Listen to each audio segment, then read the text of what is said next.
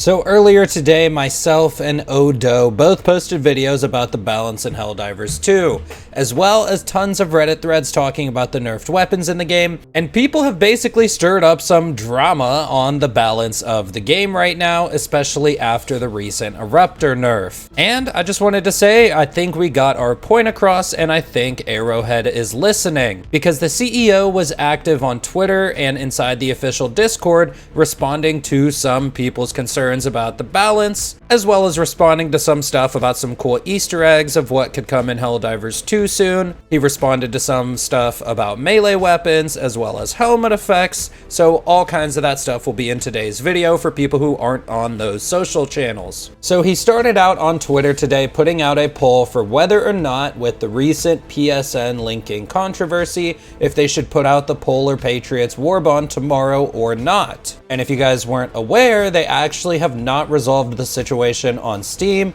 where Helldivers isn't be able to be purchased for over 100 countries still. And he actually responded to someone on Discord saying, "Sorry, no, I'm speaking to our partners at PlayStation and Valve and pushing for it to be undone. Getting the account linking removed took a Herculean effort, but I won't rest in my desire to have it available everywhere." Now, this is speculation on my part, but this possibly confirms that Valve was actually the one to remove those countries to kind of cover their ass from future mass refunds. They were already approving refunds to people in the affected regions. However, it's possible they are looking to get legalities figured out with Sony before they restore it to those other countries, which of course I hope will happen. And I feel that no divers should be left behind, so I actually voted no on his poll today, and I said to delay Polar Patriots. However, what I will say is that with the CEO's efforts, I think that they will be restored.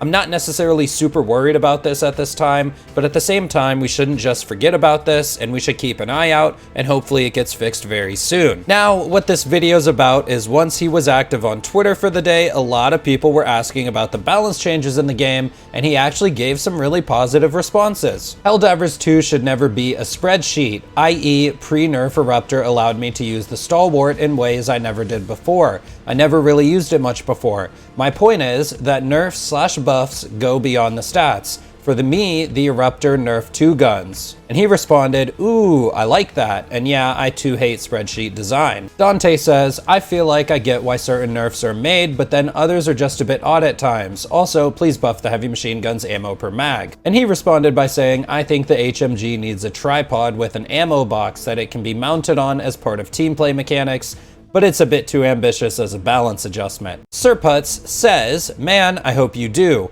Right now, it feels like if you guys were an auto mechanic and someone came in with a car with a flat tire, your solution would be to flatten the other 3. And he responded with all caps, "LOL, fair." And then we've got another one that says, "It's not just the effectiveness, but the identity of the weapons themselves. The Eruptor shrapnel mechanic was so cool, and it's hard to believe that whisking it away just like that is the only solution." And he says, "Agree, fantasy first." Now, to comment on this one real quick, I do agree that the shrapnel mechanic was one of the coolest things with it. As someone who comes from a lot of looter shooter games, gunplay and different effects of different weapons is a big thing for me, and to see them just remove the shrapnel effect without saying that they were going to rework it and bring it back, it kind of made me nervous that we're not going to see a lot of shrapnel guns in the future. But luckily, it seems like at this point, they will probably rework it and bring it back. And then we've got Shuri with a "let me vent please." Every single weapon since release, and I mean every single one, got a major nerf that made the weapons almost no fun, and when I jumped onto another weapon, it also got nerfed. I swear,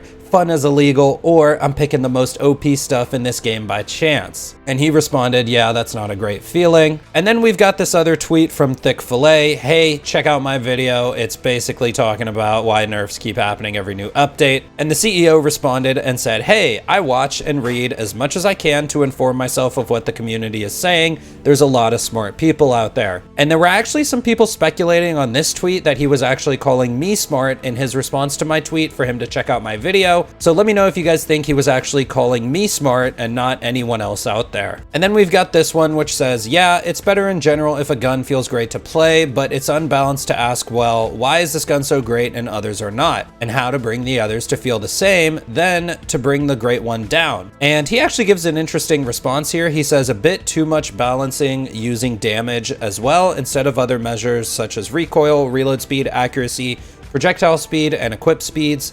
Just tweaking damage numbers is a blunt tool. And I actually want to comment on this one too, because I actually think the feeling of a gun is one reason why a lot of people might not necessarily be using it. We all know that the Diligence counter sniper was a very underused weapon, and I would say one of the biggest buffs to it recently was just the ergonomics of the weapon. And now that it feels really good to shoot, a lot of people are enjoying it right now against automatons because it can now one-tap the Devastators in the head, but also because it feels much better to use. So while he mentioned that nerfing damage is a blunt tool and that it doesn't feel good, I would like to mention that some of those other stats he mentioned is a great way to buff some of the other weapons in the game. And then we've got this one on Twitter saying, Helldivers has just become unfun for me and a lot of my friends. I've put in insane hours, level 80. I don't know what to say. These past months of balancing changes has made the game unplayable for me. Sad to see balance changes come over the priority of fun. And he says, hey, yeah, I think we've gone too far in some areas. We'll talk to the team about the approach to balance. It feels like every time someone finds something's fun,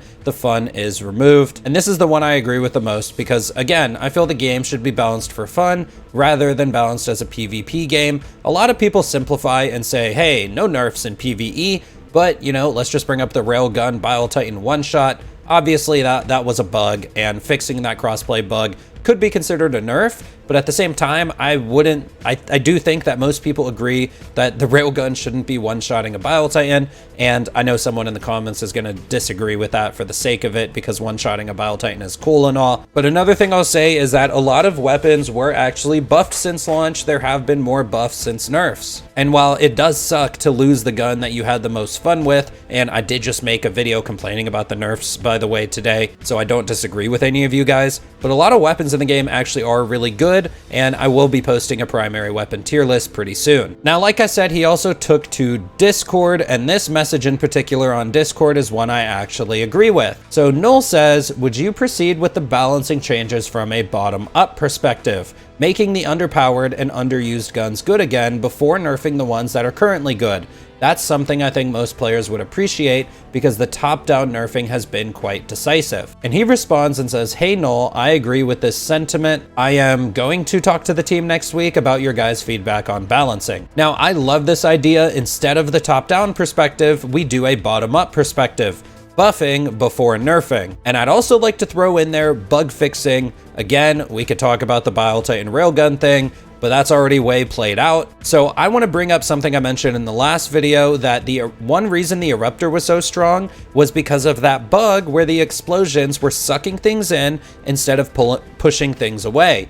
What happened was you shot the Eruptor, or even the crossbow for that matter, into a group of enemies. It sucked them all in instead of shooting them out, but then your follow-up shot would take out that group of enemies. So sometimes fixing bugs can actually be a nerf to weapons that people really aren't realizing that's happening. So I do agree with buffs before nerfs, but I also agree with bug fixing before a lot of that stuff. And I think if you do things in the right order, the community will react to it a lot better. Okay, so enough about balance. There was some fun stuff he was also responding to in Discord, and one of them was a potential to add helmet effects into the game. So somebody asked any plans on adding traits to capes and helmets, and he responds, not to capes, but I know there's a conversation on helmets. Originally, each helmet was going to have a unique HUD, so medics would be able to see health, recon would get enemy outlines, etc. But we unfortunately had to cut it due to, well, having to ship the game. So it sounds like that the helmet effects was something that was essentially cut because they wanted to ship the game out and they didn't have time to finish it. Now, I'm not going to necessarily sit here and clickbait you guys and say that this is coming soon because it really doesn't sound like it is, but this does sound like it could make it into the game eventually, and that one with the recon getting enemy outlines